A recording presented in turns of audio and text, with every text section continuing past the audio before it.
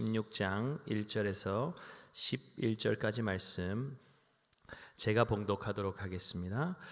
안식일이 지남에 막달라 마리아와 야고보의 어머니 마리아와 또 살로메가 가서 예수께 바르기 위하여 향품을 사다 두었다가 안식 후 첫날 매우 일찍이 해돋을 때에 그 무덤으로 가며 서로 말하되 누가 우리를 위하여 무덤 문에서 돌을 굴려주리요 하더니 눈을 들어 본즉 벌써 돌이 굴려져 있는데 그 돌이 심히 크더라. 무덤에 들어가서 흰옷을 입은 한 청년이 우편에 앉은 것을 보고 놀라매 청년이 이르되 놀라지 말라. 너희가 십자가에 못 박히신 나사렛 예수를 찾는구나. 그가 살아나셨고 여기 계시지 아니하니라. 보라 그를 두었던 곳이니라. 가서 그의 제자들과 베드로에게 이르기를 예수께서 너희보다 먼저 갈릴리로 가시나니 전에 너희에게 말씀하신 대로 너희가 거기서 배우리라 하라 하는지라. 여자들이 몹시 놀라 떨며 나와 무덤에서 도망하고 무서워하여 아무에게도 아무 말도 하지 못하더라. 예수께서 안식 후 첫날 이른 아침에 살아나신 후 전에 7 귀신을 쫓아내어 주신 막달라 마리아에게 먼저 보이시니 마리아가 가서 예수와 함께하던 사람들이 슬퍼하며 울고 있는 중에 이 일을 알림해 그들은 예수께서 살아나셨다는 것과 마리아에게 보이셨다는 것을 듣고도 믿지 아니하니라. 아멘. 자, 우리 귀한 믿음의 지체들 인사하겠습니다. 예수님 부활하셨습니다. 기뻐하며 즐거워합시다. 네, 박수 치러 가는데도 박수 치시네요. 하나님께 영광의 박수 올려드리겠습니다. 여러분 기쁘세요? 감격이 되세요? 막 찬양할 때 여러분 들썩들썩 하셨습니까? 네, 오늘 성가대 막 찬양하는데 막 같이 막 하고 싶은 마음이 드시죠? 오늘 우리가 설교 듣고 이 찬양할 건데 맞춰서는 못 부르겠지만 비스무리하게는 부를 수 있을 것 같아요. 한번 우리 같이 주님의 사심을 기뻐하고 즐거워하고, 여러분 기쁨은 감출 수 없어요. 그렇죠? 네, 그 기쁨이 흘러 넘치게 되어 있습니다. 다른 사람들이 보아서 알게 되어 있어요. 네, 절대로 들키지 말아야지 뭐 KGB 같이 그렇게 다니면 안 돼요. 부활의 기쁨은 나눠야 되는 겁니다. 아멘입니까? 오늘 부활의 기쁨이 우리 안에 충만하게 넘쳐서 흘러가고 다른 사람들이 알아챌 수 있는 그 기쁨의 표식이 되는 은혜가 있기를 예수님의 이름으로 축복합니다. 안식 후 첫날 이른 아침 여인들은 예수님의 시신에 향품을 바르기 위해서 무덤으로 향하고 있습니다. 오늘 본문 2절에 보면 여인들이 해 돋을 때 무덤으로 갔다고 나와 있죠. 그저 해가 돋는 이른 아침이라는 것을 보여주기 위해서 이런 설명을 붙이고 있는 것일까요? 그렇지 않겠죠. 해가 돋는다는 것은 어둠이 물러가고 밝은 새날이 시작되었음을 보여주는 것 아니겠습니까? 한 주를 시작하는 이른 아침, 그들을 비추고 있는 빛은 그냥 빛이 아닙니다. 부활의 빛이었습니다. 예수님으로 말미암아 죄와 죽음은 정복당했고 부활 생명이 다스리는 새 시대가 그들에게 도래한 것입니다. 그럼에도 불구하고 여인들은 옛 시대에 속한 불안과 염려로 가득한 것이죠. 3절 볼까요? 서로 말하되 누가 우리를 위하여 무덤 문에서 돌을 굴려주리요 하더니, 그들은 여전히 절망에 갇혀 있습니다. 예수님이 죽으시고 다시 사셨다는 사실을 믿지 못했기 때문입니다. 그들은 무덤 안에 갇혀 계신 예수님만 알고 있으니, 그 무덤에 계신 주님께만 주목하고 있으니 두려워 떨고 있었던 것입니다. 예수님을 추억하면서 그 시신에 향품을 바르기 위해서 무덤으로 가고는 있지만 그들의 고민은 그 누구도 거대한 무덤에 돌을 굴려줄 사람이 없다는 것이었습니다.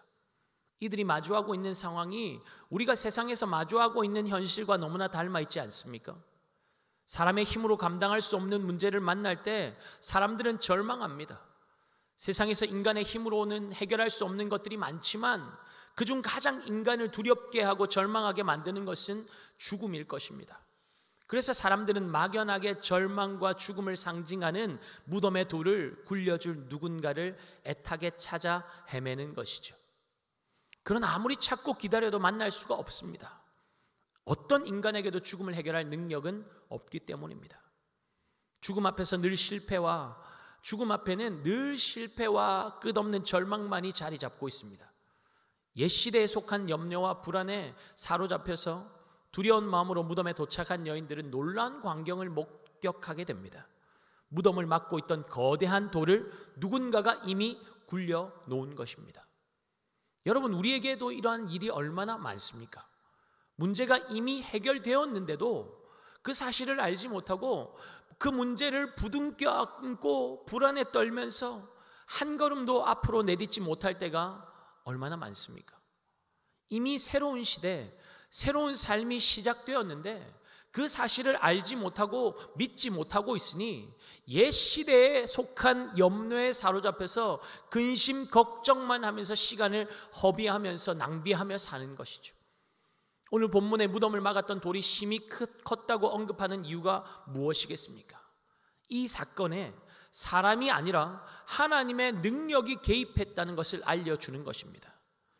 믿음의 눈을 들기만 하면 보이는 것을 우리는 왜 보지 못할까요? 우리의 눈이 보여지는 현상에만 집중하고 있기 때문입니다. 예수 그리스도로 말미암아 새로운 삶이 이미 우리의 삶에 시작되었는데 그 사실을 믿지 못하니까 예수 믿지 않았던 삶과 동일하게 두려움 가운데 묶인 채로 살아가는 것이죠. 여러분 어떠십니까? 예수 믿기 전과 예수 믿고 난 이후에 여러분들의 삶에 확연한 변화가 나타나고 있습니까?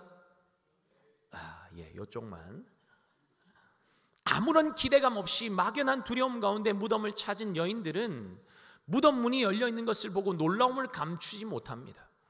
더욱 그들을 놀라게 했던 것은 무덤 안에 예수님이 계시지 않는다는 사실이었죠. 사실 예수님은 자신이 다시 살아나실 것을 수차례 말씀하셨었습니다. 그럼에도 이들은 부활을 믿지 못하고 있었고 예수님을 죽은 자 가운데서 찾고 있었던 것입니다. 오늘 본문 5절, 6절 함께 읽겠습니다. 무덤에 들어가서 흰옷을 입은 한 청년이 우편에 앉은 것을 보고 놀라매 청년이 이르되 놀라지 말라. 너희가 십자가에 못 박히신 나사렛 예수를 찾는구나. 그가 살아나셨고 여기 계시지 아니하니라. 보라, 그를 두었던 곳이니라. 아멘. 그들은 예수님을 사랑하기는 했지만 예수님의 부활은 믿지 못했습니다. 예수님의 부활을 믿지 못하니 무덤으로 찾아갈 수밖에 없었던 것이죠. 여러분, 이것이 바로 무덤에 머물러 있는 신앙 아닙니까? 예수님의 부활을 믿지 못하니 늘 죽음에 묶여 살아가는 것이죠. 예수님께서 이 땅에 인간의 몸을 입고 십자가에 죽으시고 부활하신 이유가 무엇입니까? 히브리서 2장 14절 15절 볼까요? 분명하게 말씀하고 있습니다. 함께 보겠습니다. 자녀들은 혈과 육에 속하였음에 그도 또한 같은 모양으로 혈과 육을 함께 지니심은 죽음을 통하여 죽음의 세력을 잡은 자 곧 마귀를 멸하시며 또 죽기를 무서워함으로 한평생 매여 종노릇하는 모든 자들을 놓아주려 하심이니. 할렐루야. 마귀는 죽음의 공포와 두려움으로 모든 인생을 사로잡습니다. 죽음을 극복하지 못한 인간은 죽기를 무서워하여서 죽음의 종노릇하며 한평생을 매여서 지낼 수밖에 없는 것이죠. 그런데 예수님께서 우리의 죄를 대신하셔서 죽으심으로 마귀의 권세를 멸하셨고 부활하심으로 죄와 죽음을 밟고 승리하시고 죽음에 묶여 종노릇하던 우리에게 참 자유를 주신 것입니다. 여러분 믿으십니까? 예수님의 죽으심과 부활을 믿는 것이 왜 중요합니까? 예수님의 부활을 믿는 자에게만 사망의 법에서 해방시키는 예수 생명의 성령이 법이 작동하기 때문입니다. 로마서 8장 1절 볼까요? 그러므로 이제 그리스도 예수 안에 있는 자에게는 결코 정죄함이 없나니 이는 그리스도 예수 안에 있는 생명의 성령의 법이 죄와 사망의 법에서 너를 해방하였습니다. 할렐루야. 해방하였습니다. 사랑하는 여러분, 예수 안에 계십니까? 그렇다면 여러분 안에 부활의 능력이 작동하고 있기 때문에 우리의 삶에 더 이상 죽음이 왕노릇하지 못하는 것을 믿으시기 바랍니다. 자유합니다. 해방되었어요. 더 이상 죽음을 두려워할 필요도 없고 죽음을 묵상할 필요도 없습니다. 왜입니까? 죽음을 삼켜버리신 예수 그리스도의 생명이 우리 안에 있고 그 생명이 우리를 영원한 생명으로 이끌어가고 계시기 때문입니다. 사랑하는 여러분, 예수의 부활은 지어낸 이야기가 아닙니다. 역사적인 사실입니다. 비어있는 무덤이 그 증거였죠. 예수님이 살아났다는 소문이 퍼지면 민심이 동요하는 상황이었기에 당시 로마 당국자들은 예수님이 살아나셨다는 것이 거짓임을 증명하기 위해서 시신을 찾기 위해서 애를 썼지만 시신을 찾을 수가 없었죠. 그러자 부활을 부정하는 어떤 사람들은 예수님의 시신을 제자들이 빼돌렸다고 말하기도 하고, 혹은 예수님이 죽었던 것이 아니라 잠시 기절했다가 일어난 것이라고 말하는 사람들도 생기게 된 것입니다. 하지만 무덤은 사람의 힘으로 옮기기 어려운 큰 돌로 봉해져 있었습니다. 또한 로마 군인들 16명이 한조가 되어서 무덤을 계속적으로 지키고 있었으니 예수님의 시신을 빼돌렸다는 그들의 말은 거의 불가능에 가까운 이야기인 것이죠. 두 번째로 예수님께서 부활하신 증거가 있습니다. 부활하신 예수님은 막달라 마리아와 다른 여인들, 제자들에게 자신을 보이시고 그 후에 500여 형제들에게 일시에 나타나 보이셨습니다. 부활을 목격한 증인들이 있었다는 것이죠. 고린도후서 15장에 보면 그때 예수님을 실제로 목격했던 사람들이 지금까지 대다수가 살아있다고 고린도후서 15장에 기록되어 있습니다. 부활을 부정하는 어떤 사람들은 예수를 봤다는 사람들이 착각했거나 심리적으로 혼동을 일으켜서 잘못된 것을 보고 예수님을 보았다고 주장하는 것이라고 말했습니다. 하지만 예수님은 6주 동안 여러 장소에서 너무나 많은 사람들을 만나셨고, 부활의 증인들이 이렇게 많기에 시각적 또는 심리적 착각이라고 주장하기에는 불가능한 것이죠. 마지막으로 예수님께서 부활하신 증거는 제자들의 놀라운 변화에서 볼 수 있습니다. 제자들은 예수님께서 체포되실 때 죽음이 두려워서 모두가 도망가서 숨었던 자들입니다. 그런데 그들이 예수님이 부활하시고 난 후에 예루살렘 한복판에서 예수를 그리스도라고 외치기 시작한 것이죠. 자신들도 죽을 수 있는 상황인데 예수를 전할 수 있었다는 것은 무엇인가 그들을 변화시킨 것이 있었다는 증거입니다. 요한을 제외하고 모든 제자들이 순교자의 길을 걸어갔다고 전해집니다. 만약 제자들이 사기극을 벌였다면 자신들이 한 거짓말을 위해서 모두가 목숨을 버렸다는 이야기가 됩니다. 여러분, 누가 자신의 거짓을 참이라고 증명하기 위해서 자신의 귀중한 목숨을 버리겠습니까? 제자들은 정말로 보았던 것이죠. 말씀하신 대로 십자가에서 죽으시고 죄와 죽음과 마귀의 권세를 이기시고 부활하신 예수님을 그들은 보았기에 그들은 기꺼이 그분을 위해서 자신의 목숨까지도 버릴 수 있었던 것입니다. 왜요? 예수님께서 부활하심으로 죽음을 정복하셨으니 더 이상 죽음이 두렵지 않았던 것이죠. 예수 부활의 생명이 그들 안에 역사하시니 죽음의 공포를 이기게 하신 것입니다. 사랑하는 여러분, 부활은 역사적인 사실입니다. 그렇지 않고는 절대로 이런 변화가 제자들에게 일어날 수 없었습니다. 부활이 역사적인 사실이라면 예수 믿는 자의 삶에도 이런 뚜렷하고 거부할 수 없는 확실한 변화가 일어나는 것이 정상 아니겠습니까? 예전에 어떤 분이 예수 믿지 않는 분에게 예수님을 전하니까 그분이 내 앞에 예수가 있다는 증거를 보여봐라 하셔서 그분이 이렇게 이야기했답니다. 예수가 살아있다는 증거가 있지. 그 증거는 바로 나다. 나를 봐라. 예수님께서 살아계시지 않는다면 나 같은 사람이 어떻게 이렇게 변할 수 있겠냐. 내가 예수 살아계심의 증거다 라고 말씀하셨던 것을 제가 들었습니다. 사랑하는 여러분, 우리 한 사람 한 사람이 예수 부활의 증거, 살아계신 증거가 될 수 있기를 예수님의 이름으로 축복합니다. 예수 믿기 전과 믿고 난 이유는 다를 수밖에 없는 거예요. 왜? 부활의 생명이 내 안에 역동하고 있으니, 작동하고 있기 때문에 다를 수밖에 없는 것입니다. 오늘 여인들은 비어있는 무덤을 보고 충격에 빠집니다.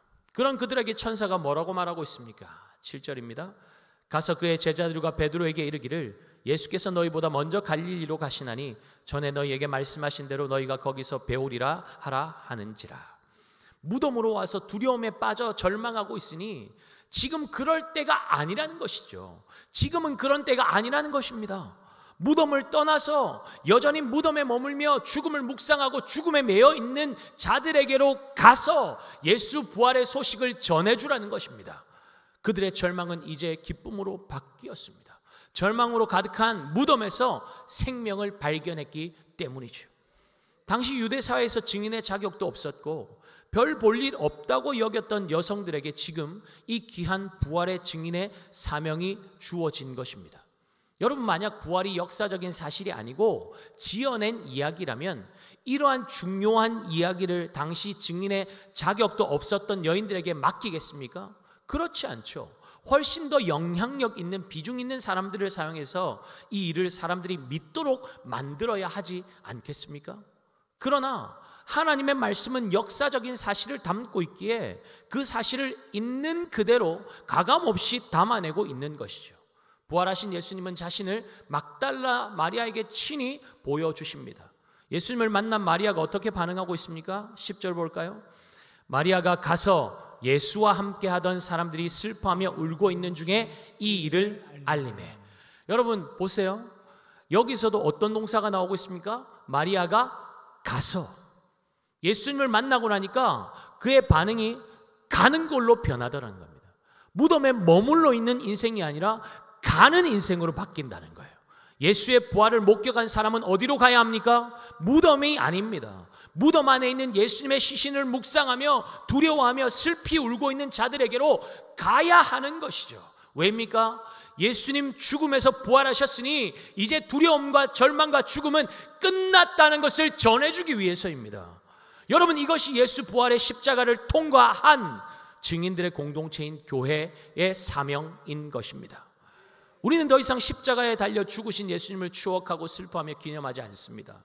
죄와 죽음의 권세를 이기시고 부활하신 부활의 주님, 지금도 살아 역사하시며 우리의 삶 가운데 함께하고 계신 살아계신 주님을 찬양하고 기뻐하는 것입니다. 여러분, 주일날 예배는 무덤에 머물러 계신 주님을 찬양하고 기념하고 슬피 우는 시간이 아니라 부활하시고 우리에게 영원한 생명을 허락하신, 죄와 사망 권세를 이기신 그 생명의 주님을 기억하고 그 주님께 합당한 영광과 감사를 올려드리는 시간이 바로 예배의 시간인 것입니다. 그러니 슬퍼할 이유가 없는 것이죠. 조용할 이유 없고 잠잠할 이유가 없어요. 기뻐 춤을 추며 뛰며 손을 들며 주님의 이름을 찬양하는 것입니다. 그게 부활의 증인된 사명을 감당하는 교회의 찬양이고 예배여야 하는 것입니다. 예수님 지금 십자가에 달려 계시지 않습니다. 예수님은 무덤 속에 죽은 자들 가운데 머물러 계시지 않습니다. 예수님은 약속하신 대로 죄와 사망의 권세를 꺾으시고 3일 만에 부활하셨습니다. 그분은 죽음을 정복하신 생명의 주관자가 되십니다. 여러분, 예수님 믿으십니까? 예수님께서 나의 죄를 대신해서 십자가 죽으시고 부활하셨다는 사실을 믿으십니까? 그 사실 믿는 것이 왜 중요합니까? 예수님을 나의 구원자와 주인으로 내 삶에 모셔드리면 내 안에 생명의 주인이 다스리게 되는 것입니다. 더 이상 죽음의 권세가 우리를 사로잡을 수 없다는 말입니다. 왜냐하면 그분은 살아나셨고 잠자는 자들의 첫 열매가 되셨으며 지금도 우리와 함께 하신 살아계신 주님이시기 때문입니다. 부활하신 예수님은 엠마오로 가는 두 제자들에게도 나타나시지만 그들은 예수님을 알아보지 못하죠. 그러나 뒤늦게 그분이 예수님이셨던 것을 알고 다른 제자들에게 가서 예수의 부활을 알리지만 제자들은 또 그 사실을 믿지 못합니다. 그러자 예수님은 11 제자들 앞에 자신을 보이시고 그들을 꾸짖으십니다. 왜입니까? 예수님 살아나실 것을 이미 말씀해 주셨고 부활하신 예수님을 본 자들의 증언마저도 믿지 않고 죽음 가운데 머물며 절망하고 슬퍼하고 있으니 꾸중들어 마땅한 것이죠. 혹시 우리 중에 그런 분이 있습니까? 사랑하는 여러분, 예수님은 죄와 사망의 권세에 묶여 계시지 않습니다. 그분은 죄와 사망의 권세를 정복하고 부활하셨습니다. 그분으로 말미암아 죄와 사망으로 막혀있던 장애물이 박살이 나버렸습니다. 누구든지 예수님을 믿는 인생 앞에는 생명이신 하나님께로 나아가는 생명의 길이 열려지게 되었습니다. 예수님 말씀하시죠. 내가 곧 길이요 진리요 생명이니 나로 말미암지 않고는 아무도 아버지께로 나올 자가 없느니라. 우리 죄를 대신하여서 십자가에 죽으시고 부활하신 예수님을 믿을 때 우리 앞에는 새로운 시대가 열리는 것이고 생명의 길이 열리는 것입니다. 예수를 나의 구원자 주님으로 믿는 자는 예수 안에 있는 부활의 생명이 내 것이 됩니다. 여러분 따라할까요? 내 안에 부활의 생명이 있다. 내 안에 부활의 생명이 있다. 누가 부활의 생명을 가지는 자입니까? 예수님을 믿는 자. 부활의 생명에 붙잡혀 사는 자가 죽음을 두려워하겠습니까? 죽음에 묶여 살겠습니까? 그렇지 않은 것이죠. 예수 부활의 생명은 죽음을 극복한 생명이라니까요. 그 생명이 우리 안에 있다니까요. 믿음으로 주님 내 마음 가운데 모셔드렸으면 그 생명이 내 안에 지금 작동하고 있는 거예요. 죽음의 권세는 이미 힘을 잃었습니다. 예수님 부활하셨습니다. 부활하신 주님께서 제자들에게 친히 부활의 몸을 보이신 이유가 무엇일까요? 그저 그들을 책망하기 위해서였을까요? 그렇지 않습니다. 여인들이 빈 무덤을 보게 하시고 마리아에게 친히 나타나 보이시고 제자들에게 자신을 보이신 것은 예수님의 부활을 알리고 전하라는 것이었습니다. 마가복음 16장 15절 함께 보겠습니다. 또 이르시되 너희는 온 천하에 다니며 만민에게 복음을 전파하라. 여러분, 십자가를 통과한 주님의 사람들, 예수님의 부활하심을 믿는 사람들에게는 주어진 사명은 자신이 경험한 복음을 알리고 전하는 것입니다. 이 기쁜 소식을 우리 안에만 감추어 둘 수 없는 것이죠. 예수님 부활하셨습니다. 그분은 더 이상 무덤에 계시지 않습니다. 저 멀리 하늘에서 우리의 인생을 바라보며 응원하시는 분이 아니십니다. 그분은 절망 가운데 우리 인생 가운데 찾아오셔서 우리의 죄의 짐을 대신 져주실 뿐만 아니라 죄로부터 영원한 자유와 생명을 주시기 위해서 십자가에 죽으시고 부활하신 분이십니다. 예수 믿고 구원받으세요. 여러분, 이것이 우리가 전해야 할 복음인 것입니다. 예수님께서 부활하신 이날 십자가를 통과한 부활의 증인들은 기뻐하고 즐거워할 뿐만 아니라 여전히 죽음에 묶여 절망하는 세상 가운데로 나아가서 예수의 부활을 증거하며 복음을 전해야 할 사명이 있는 줄 믿습니다. 여러분, 오늘 오후에 우리가 부활절 기념하면서 예수 부활의 증인으로서 세상 가운데 나아가 복음 전하는 시간을 가질 거예요. 복음의 증인은 자기가 경험한 거, 들은 거, 알고 있는 사실을 그대로 전하기만 하면 됩니다. 예수님 부활하셨습니다. 죽음에 묶여있지 않습니다. 살아나셨습니다. 그 예수님 믿으면 구원받습니다. 그 생명을 받아 누리게 됩니다. 여러분도 그 생명을 받아 누리십시오. 그거 전하는 거예요.